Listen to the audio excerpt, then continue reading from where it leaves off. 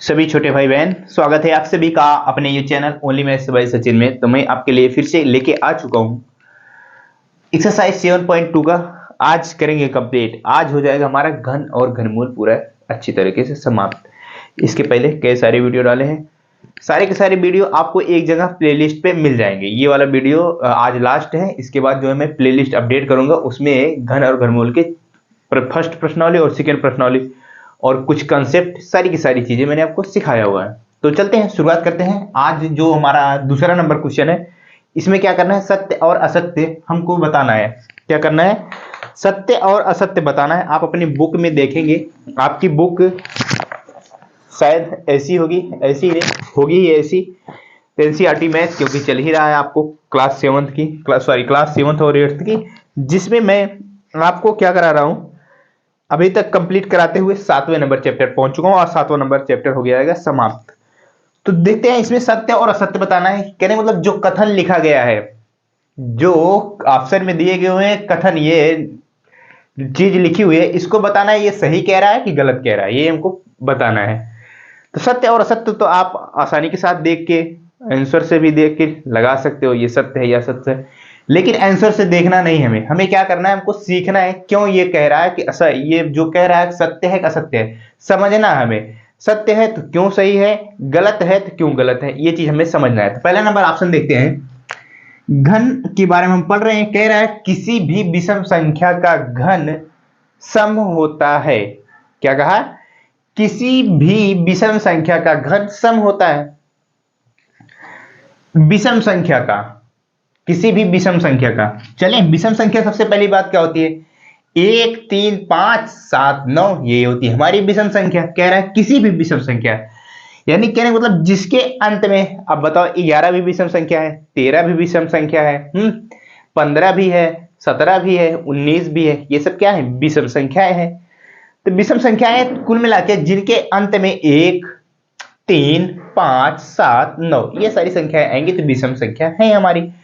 और जब ये विषम संख्या है, कह रहा है इन जब विषम संख्याओं का घन करेंगे, क्या वो सम होता है, वो कह रहा है, क्यों कह रहा है, ये ऑप्शन हमारा कह रहा है सम होता है। अब हमको बताना है ये क्या सही कह रहा है, विषम संख्या का घन सम होता है, ये तो ऑप्शन कह रहा है हमारा। लेकिन हमें बताना है, अगर सही है तो सही कहेंगे, गलत है तो असत्य कहेंगे। चलिए वही चेक करते हैं। अब बताओ, किसी भी संख्या का एक, जैसे मान लो 1 का क्यूब करते हो कितना आता है, 1 ही आता है। मान लो 3 का क्यूब करते हो मेरे छोटे भाई बहन, 3 को करोगे तो कितना आएगा, ये आता है 27 आता है। फिर चलिए अगला विषम संख्या होती है 5, 5 का क्यूब करते हैं, 5 गुणे 5 गुणे 5 बराबर 125 हो जाएगा। आप 10 तक तो क्यूब आपको याद होगा। फिर आ जाते हैं 6, हमारी सम संख्या, विषम संख्या अगली जो है 7 है। 7 का क्यूब करते हैं कितना हो जाएगा, 7 सता 49, 59 सत्ते 343 होता है, 343। अब फिर इसके बाद कितना आता है, फिर उसके बाद 9 आता है, 9 का क्यूब करेंगे, 9 9 81, 9 ये 729 होता है। मैंने विषम संख्याओं का जो है क्या किया है, क्यूब किया हुआ है। अब बताओ, जो मैंने विषम संख्या का क्यूब किया है, जैसे उसका जो घन आया है, क्या वो सम आया है, क्योंकि ऑप्शन ने कहा है विषम संख्याओं का मैंने घन किया, क्या वो सम आया है। 1 का किया ना भैया, ये क्या है, विषम संख्या है। 3 का जब किया 27, ये भी एक हमारा विषम संख्या है। जब 5 का किया, ये भी हमारा एक विषम संख्या आया है। जब 7 का किया, ये भी हमारा 343 एक विषम संख्या है। और 9 का किया, ये भी हमारा एक विषम संख्या है। इसका मतलब ये जो कह रहा है हमारा पहला नंबर ऑप्शन कह रहा है विषम संख्या का घन सम होता है, गलत कह रहा है। क्या कह रहा है, गलत कह रहा है। क्यों, क्योंकि विषम संख्या का घन विषम हो रहा है। देखो ना, जितने विषम संख्याओं का मैंने घन किया है वो क्या आ रहे हैं, सबके सब विषम आ रहे हैं ना। इसका मतलब ये हमारा गलत है। क्या है हमारा, गलत है। तो यहां पे क्या हो जाएगा, पहले नंबर ऑप्शन क्या हो जाएगा हमारा, असत्य। जो ये कह रहा है कथन, क्या कह रहा है, असत्य। हम तो आंसर से भी देख के लिख सकते थे डायरेक्ट असत्य, लेकिन हमने समझना था ना। तो मैंने आपको समझाया कि नहीं समझाया, समझाया। तो उम्मीद करता हूं आपको समझ में आया होगा। नेक्स्ट ऑप्शन कौन सा, दूसरा नंबर। दूसरा नंबर ऑप्शन क्या कह रहा है, देखो, एक पूर्ण घन दो शून्यों पर समाप्त नहीं होता है। कह रहा है कि एक कोई, लेकिन समझ रहे हो क्या कह रहा है? चलिए, एक पूर्ण घन दो शून्यों पर समाप्त नहीं होता है। इतनी बात समझ में आई? चलिए समझते हैं। अब देखिए जरा सा, एक पूर्ण घन, कोई भी संख्या है वो घन है, कोई भी संख्या है वो घन है। कह रहा है कि दो शून्यों पर, यानी कि लास्ट में दो जीरो पर समाप्त नहीं होता है। नहीं होता है कहा है? होता है नहीं, नहीं होता है। अब चलते हैं देखते हैं। जैसे मान लेते हैं 10 का हम करते हैं क्यूब। 10 का जब हम क्यूब करेंगे, देखो हमारी संख्या कब लास्ट में शून्य आएगी? जब वो हमारा लास्ट में जीरो होगा तभी वो हमारी संख्या, जब उसका घन करेंगे तभी हमारी वो संख्या क्यूब, यानी कि उसके अंत में जीरो आएगा। जब मैं 10 का क्यूब करता हूं कितना हो जाएगा? 10 गुणे 10 गुणे 10 बराबर कितना हो जाएगा? ऑटोमेटिक 1000 हो जाएगा। 1000 हो जाएगा ना। देखो ध्यान से देखना है, जब 10 का क्यूब किया 1000 हो गया है। अंत में कितना जीरो आया? 3 जीरो आया।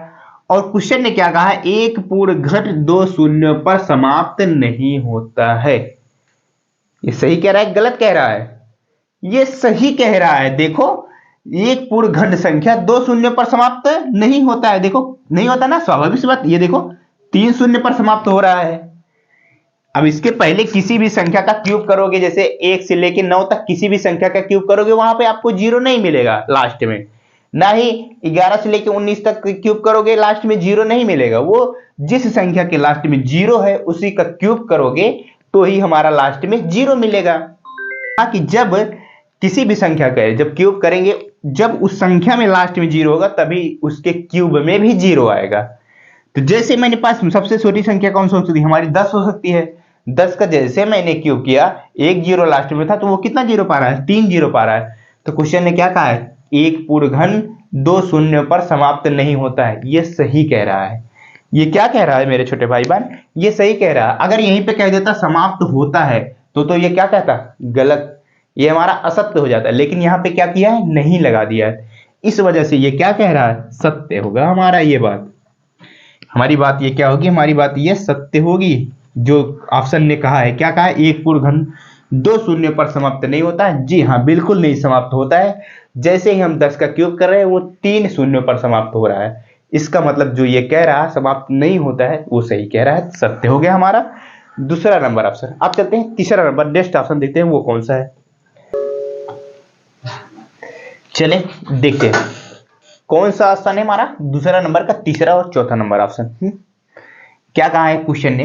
क्वेश्चन पढ़ते हैं फिर उसके बाद हम करते हैं सही कह रहा है गलत कह रहा है। कह रहा है यदि किसी संख्या का वर्ग 5 पर समाप्त होता है।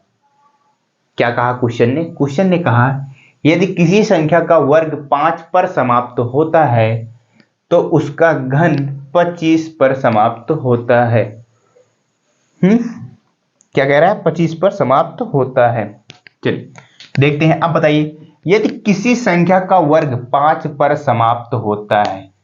अब बताइए 5 पर समाप्त होता है, इसका मतलब चलिए 5 का पहले हम वर्ग करते हैं। 5 का स्क्वायर करेंगे, बताइए कितना आ रहा है?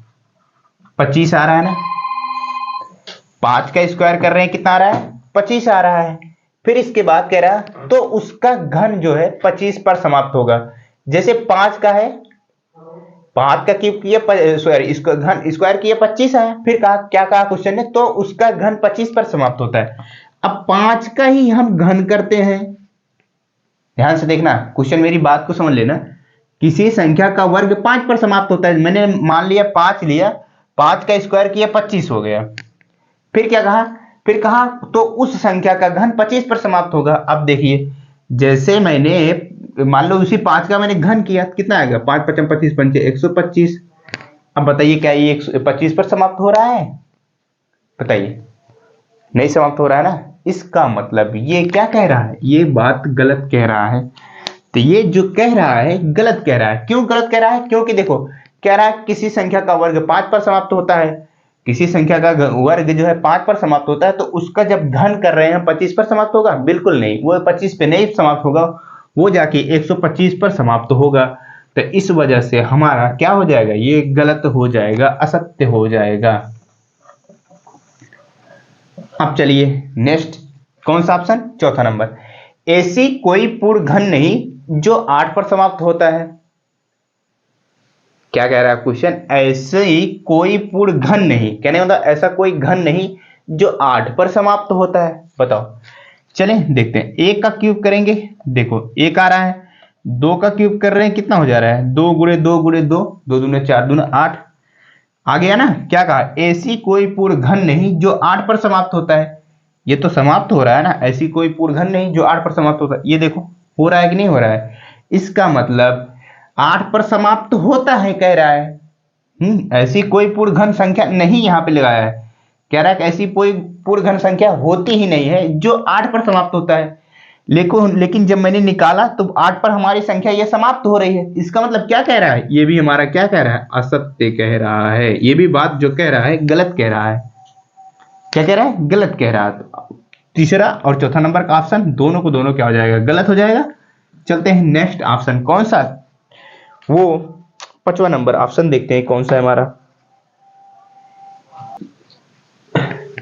लास्ट के 3 ऑप्शन 5वां, 6ठा और 7वां नंबर ऑप्शन हम देखते हैं। 5वां नंबर ऑप्शन क्या है? 2 अंकों की संख्या का घन 3 अंकों वाली हो सकती है। ये हमारी ऑप्शन कौन सा? 5वां नंबर ऑप्शन। कह रहा है कि 2 अंकों की संख्या, जो 2 अंक की संख्या है, 2 अंक की कोई भी संख्या हो सकती है, 10 से लेकर 99 तक ये सारी संख्याएं क्या होती हैं? 2 अंक की होती हैं। कह रहा है 2 अंकों की संख्या का घन 3 अंकों वाली हो सकती है। बात समझ में आ रही है? कह रहा है, क्या कह रहा है? फिर से मैं एक बार समझाता हूं आपको। 2 अंक की कोई भी संख्या है, उसका जब हम घन करेंगे वो 3 अंक हो सकती है। चेक कर लेते हैं हम। सबसे छोटी 2 अंक की संख्या लेते हैं, उसी को करते हैं, उसी से हमारा पता चल जाएगा। सबसे छोटी 2 अंक की संख्या बताओ कौन सी होगी हमारे पास? 1 से लेके 9 तक सारी की सारी हमारी 1 अंक की संख्या है। जैसे ही हम 10 लेते हैं, वो क्या हो जाएगी? हमारी 2 अंक की संख्या हो गई। 2 अंक की संख्या का घन 3 अंकों वाली हो सकती है। का घन, अब मेरे भाई जब इसका घन करेंगे कितने अंक का हो रहा है? वो ऑप्शन कह रहा है 3 अंकों वाली हो सकती है। अगर 3 अंक की होगी तो सत्य है, अगर नहीं होगी तो असत्य है। घन जब इसका करेंगे तो क्या करेंगे? 10 का क्यूब 10 का 3 बार में आपस में गुणा कराएंगे। चलिए कितना हो जाएगा? कुल मिला के 1000 हो गया। अब फिर से ऑप्शन देखो, 2 अंकों वाली संख्या का घन 3 अंकों वाली संख्या हो सकती है। मैंने 2 अंक की सबसे छोटी संख्या ली, उसका घन किया तो कितने अंक निकल आ रहा है? 1 2 3 4, 4 अंक निकल कर आ जा रहे हैं। इसका मतलब ये कथन हमारा क्या कह रहा है? गलत है ना मेरे भाई, असत्य है। क्या है? ये 5वें नंबर ऑप्शन का जो आंसर है वो क्या है? असत्य है। ये जो कथन कह रहा है वो हमारा गलत है। नेक्स्ट अब आ जाओ 6ठा नंबर ऑप्शन। 2 अंकों की संख्या के घन में 7 या 7 से अधिक हो सकते हैं। ये कह रहा है। मैंने अभी क्या बताया, ध्यान से देखो। जब मैंने क्या बताया अभी, कह रहा है कि 2 अंकों की संख्या के घन में 7 से अधिक अंक हो सकते हैं। ये तो ऑप्शन ने कहा है। अब 2 अंक की संख्या कौन सी हो सकती है? 10 से लेकर 99 तक, यही 2 अंक की संख्या है हमारे पास। इनके बीच में जितनी भी संख्याएं हैं सारी की सारी 2 अंक की संख्या है। जैसे ही हम 100 पे पहुंचेंगे वो हमारी क्या हो जाएगी? 3 अंक की संख्या हो जाएगी। जब 3 अंक की संख्या हमको जानी नहीं है, क्योंकि क्वेश्चन ने कहा है 2 अंकों की संख्या के घन में 7 या 7 से अधिक अंक हो सकते हैं। अब बताओ सबसे बड़ी 2 अंक की संख्या कौन सी है? 99 है। 99 क्या आप मेरे छोटे भाई बहन जब 3 बार गुणा कराओगे कितना आ जाएगा? बताओ। 99 का 970 299 कितना आ जाएगा? 970 299, इकाई दहाई सैकड़ा हजार 10,000 लाख, 9,70,299 आएगा।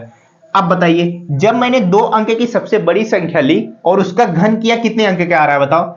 3 3 3 6 अंक के आ रहा है।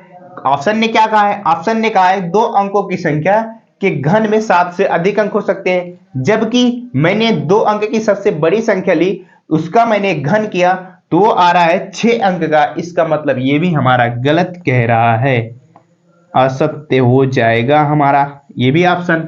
6ठा नंबर। नेक्स्ट लास्ट ऑप्शन कौन सा है?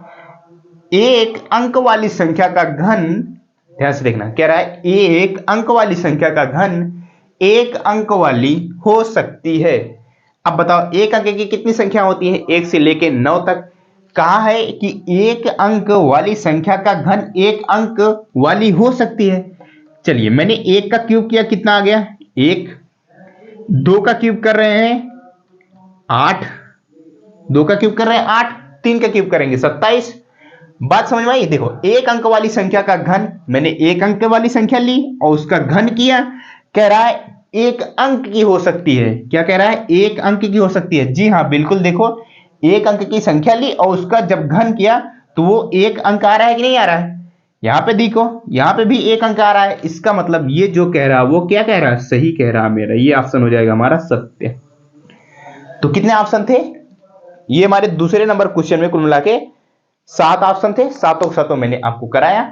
अब बचता है इसमें लास्ट का तीसरा नंबर क्वेश्चन, वो भी कर लेते हैं कंप्लीट, फिर हमारा हो जाएगा चैप्टर घन और घन। लास्ट क्वेश्चन घन और घनमूल समाप्ति पर आ चुका है हमारा। क्वेश्चन क्या है इसको हम देखते हैं। आपको यह बताया जाता है, हमारा यही क्वेश्चन है, कौन सा? तीसरा नंबर क्वेश्चन है। आपको यह बताया जाता है कि 13 31 एक पूर्ण घन है। आगे, क्या बिना गुणनखंड किए आप यह अनुमान लगा सकते हैं कि इसका घनमूल क्या है, कौन कौन सी संख्या का? इसी प्रकार 4913 का बताइए, क्या फिर 12167 का बताइए, 32768 को बताइए कि घनमूल का अनुमान लगाइए। क्या कहा क्वेश्चन ने? कहा है कि आपको यह पता है 13 31 एक पूर्ण घन संख्या है। हमको क्या है? बिना गुणनखंड किए आपको अनुमान लगाना है। क्या करना है? बिना गुणनखंड किए। हमको गुणनखंड नहीं करना है। जैसे हम तो गुणनखंड करके किसी भी संख्या का घनमूल निकाल लेते हैं, लेकिन हमको गुणनखंड नहीं करना है। गुणनखंड नहीं करना है, सिर्फ क्या करना है? बिना गुणनखंड की ये अनुमान लगा के हमें बताना है कि ये किस संख्या का घन है। तो वो मैंने आपको इससे पहले वाला जो वीडियो डाला था जिसमें लास्ट के 5 ऑप्शन थे, उस वाले वीडियो में मैंने पांचों के पांचों ऑप्शन कराने के बाद फिर ये तरीका बताया था कि आप किसी भी संख्या का घनमूल बिना गुणनखंड किए आप निकाल सकते हैं। ये तरीका मैंने आपको बेहतर तरीके से सिखाया हुआ है, अगर नहीं देखें जाके देख सकते हैं। चलिए हम फिर से आपको एक बार बताते हैं। चलिए हमें तो पता है 13 31, जैसे कि क्वेश्चन ने कहा है 13 31 जो है किस संख्या का घनमूल है मेरे छोटे भाई बहन? ये है हमारा 11 का क्यूब। 11 का क्यूब जो है 13 31, ये तो हमें पता है। अब लेकिन कह रहा है क्या? 4913। अभी जैसे मैंने इसी को हमें मान लो ये नहीं पता होता 13 31 किस संख्या का घनमूल है, क्या करते थे? कौन से तरीके से हम अनुमान लगाते थे ये हमारी किस संख्या का घनमूल है? हम क्या करते थे, अगर आप देखे होंगे वीडियो आपको पता होगा, नहीं देखे हैं तो आप देखिए क्या करते हैं। हम संख्याएं गिनते हैं, कितनी संख्या है हमारे पास? 1 2 3 4, कुल मिला के 4 संख्या है। क्या करते हैं? 4 संख्या हो, 5 संख्या हो, 6 संख्या हो, कितनी भी संख्या हो, उससे मतलब नहीं है। लास्ट से 3 संख्या का पेयर बनाते हैं, लास्ट से 3 संख्या का पेयर बनाते हैं और आगे हमारे पास केवल एक संख्या बची है, कोई दिक्कत नहीं। जब हम लास्ट के 3 संख्या का पेयर बनाते हैं और लास्ट की संख्या का जो संख्या पेयर बनी उसको लेते हैं और उसका इकाई अंक देखते हैं कितना है। हमारा इकाई अंक कितना है? 1 है। तो क्या करते हैं? इस 1 का क्यूब करते हैं। 1 का क्यूब करेंगे, जो इकाई अंक आएगा वही हमारा इस 13 31 का इकाई अंक होगा। जब 1 का क्यूब करोगे 1 ही होगा, तो उसका इकाई अंक कितना आ जाएगा? 1 आ जाएगा।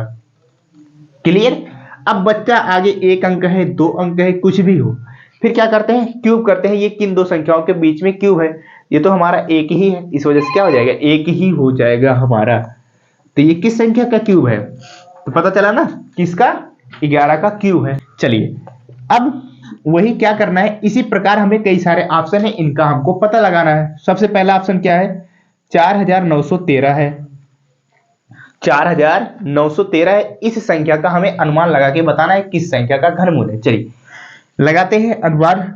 मैंने अभी क्या बताया मेरे छोटे भाई बहन? मैंने बताया संख्या गिनेंगे, 4 संख्या है, लास्ट से 3 संख्या का पेयर बना लेते हैं और एक संख्या और बच गई हमारे पास। चलिए कोई दिक्कत नहीं। फिर क्या करते हैं? जैसे ये हमारा लास्ट की 3 संख्या कितना है? 913 है। 913 है, ये लास्ट वाली संख्या लेंगे 3। लास्ट वाली संख्या कितना है? 3 है। अब इसका क्यूब करेंगे, 3 का क्यूब करेंगे छोटे भाई बहन, तो कितना आ जाता है हमारा? 27 आ जाता है। जो इस संख्या का इकाई अंक आएगा वही इस संख्या का क्या होगा, इस संख्या का इकाई अंक होगा। जब इस संख्या का हम घनमूल निकालेंगे उसका इकाई अंक 7 आएगा। इतना क्लियर हुआ। चलिए फिर क्या करते हैं, फिर आगे वाली संख्या देखते हैं। कौन सी संख्या हमारे पास है, एक कितना है, 4 है, एक ही अंक का है, कहने मतलब 4 है।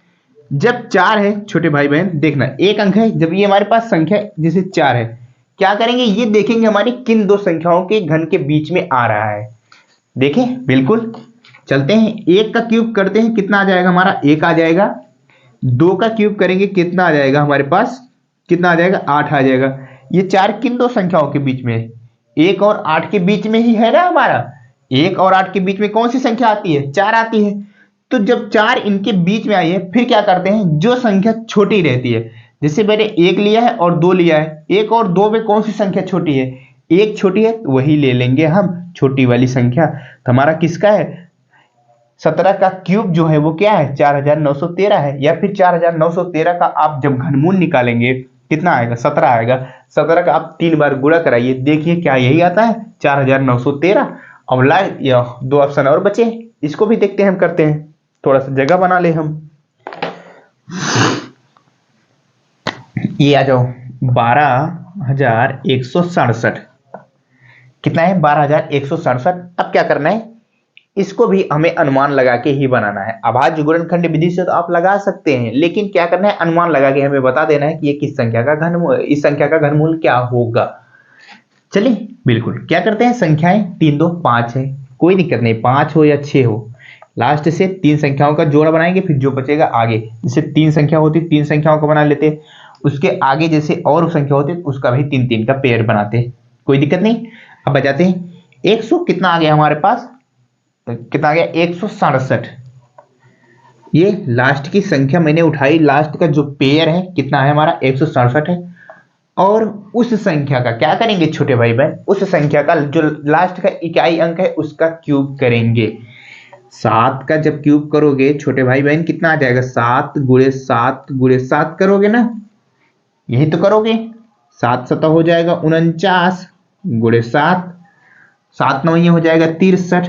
जो हमको लास्ट का अंक चाहिए वो हमें मिल गया, कितना है, 3 है। अब 7 9 ये 63, 63 बचा कितना, 6, 7 चौक 28, 28 में 6 जोड़ोगे कितना आ जाएगा, 28 में 6 जोड़ोगे 34 हो जाएगा, 343 आएगा। मैंने अभी बताया था 7 का क्यूब करते हैं 343। हमें 343 से मतलब नहीं है, हमें सिर्फ इकाई अंक से मतलब है। हमारा इकाई अंक कितना आया है, ध्यान से फिर से देखो एक बार, पेयर बनाया, लास्ट की 3 संख्या का पेयर बना है, इन 3 संख्याओं का उठाते हैं, उसका जो इकाई अंक होता है उसका क्यूब करते हैं, उसका जो इकाई अंक आता है वही हम लेते हैं, तो वही चीज हमारी क्या हो जाएगी, 3। तो यानी कि जो इस संख्या का घनमूल जब इस संख्या का घनमूल निकालेंगे उसका इकाई अंक कितना आएगा, 3 आएगा। अब बात आ जाती है 12, जैसे 12 है या फिर कोई और संख्या होती है कोई दिक्कत नहीं। अब देखते हैं जो ये संख्या होती है किन दो संख्याओं के बीच में है, किन दो संख्याओं के घन के बीच में है, क्या किन दो संख्याओं के घन के बीच में है मेरे छोटे भाई बहन। तो क्या करेंगे, 2 का क्यूब करते हैं कितना आता है, 8 आता है। 3 का क्यूब करते हैं कितना आता है, 27 आता है। ये 12 किन दो संख्याओं के बीच में है, 8 और 27 के बीच में है ना, 8 और 27 के बीच में है, 8 और 27 के बीच में है। जब क्या करते हैं, छोटी वाली संख्या लेते हैं, बड़ी वाली संख्या, 2 और 3 कौन सी संख्या छोटी है हमारी, 2 छोटी है, क्या करेंगे 2 ले लेंगे। कहने का मतलब 12,167 का जब मैं घनमूल निकालूंगा वो आएगा 23, या फिर 23 का क्यूब करूंगा वो कितना आ जाएगा, 12,167। आप 3 बार गुणा करा के देख सकते हैं। नेक्स्ट एक और बचता है, इसी में क्या बताना है, ये 32,768 को भी हमें बताना है, वो भी हम इसी वक्त करते हैं। आप ये सारी चीजें अपनी कॉपी में लिख लेंगे, मैं मिटा के बता रहा हूं आप, ठीक है। अगर नहीं लिखे पीछे करके लिख लीजिएगा। कौन सा है हमारा, 32,768। लास्ट का 3 अंक का संख्या है हमारे पास, इसमें भी 5 है, इनका भी पेयर बन जाएगा और ये पेयर बन जाएगा, कोई दिक्कत नहीं। 768 मैंने ले लिया, हमें कोई दिक्कत नहीं है, हमारी क्या संख्या उससे हमें कोई दिक्कत नहीं, सिर्फ इकाई का अंक देखेंगे। हमारा 8 है, जरा सा क्यूब करो छोटे भाई बहन, 8 गुणे 8 गुणे 8 कितना आएगा, 8 गुणे 8 करोगे 64 हो जाएगा। 64 में 8 करोगे तो कितना आ जाएगा 512। इकाई अंक कितना आया, इकाई अंक 2 आया। तो इस संख्या का जब घनमूल निकालेंगे तो उसका इकाई अंक क्या होगा, 2 ही होगा। अब आगे कौन सी है 2 अंक की संख्या है, वो कौन सी है 32 है। ये 32 को देखेंगे हमारा किन दो संख्याओं के घन के बीच में है।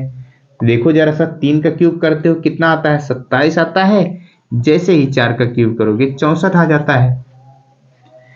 तो 27 और 64 के बीच में ही तो हमारा 32 है ना, है कि नहीं है, बिल्कुल है। क्या करेंगे, 3 संख्या बड़ी है, 3 बड़ी है, छोटी सॉरी 3 या 4 कौन छोटी संख्या है, जो संख्या छोटी होगी वही लेते हैं। 3 हमारी संख्या छोटी है 3 ले लेंगे। यही 32 का क्यूब करेंगे आप तो ये 32,768 आएगा, या फिर 32 गुणे 32 करिए 3 बार तो वही चीज आएगी। या फिर इस संख्या का जब घनमूल निकालेंगे, चाहे अभाज्य गुणनखंड विधि से आप घनमूल निकालेंगे तो यही संख्या आएगी मेरे छोटे भाई बहन। तो इसी के साथ हमारा क्या आज का दिन का जो घन और घनमूल था चैप्टर वो हुआ समाप्त। कैसे घन निकालते हैं किसी संख्या का, फिर घनमूल कैसे निकालते हैं, और बहुत सारी चीजें मैंने आपको सिखाया हुआ है। सबका मैं एक एक प्लेलिस्ट बना दूंगा जिसमें सारे के सारे क्वेश्चन का एक एक क्वेश्चन का कॉन्सेप्ट का वीडियो आपको मिल जाएगा।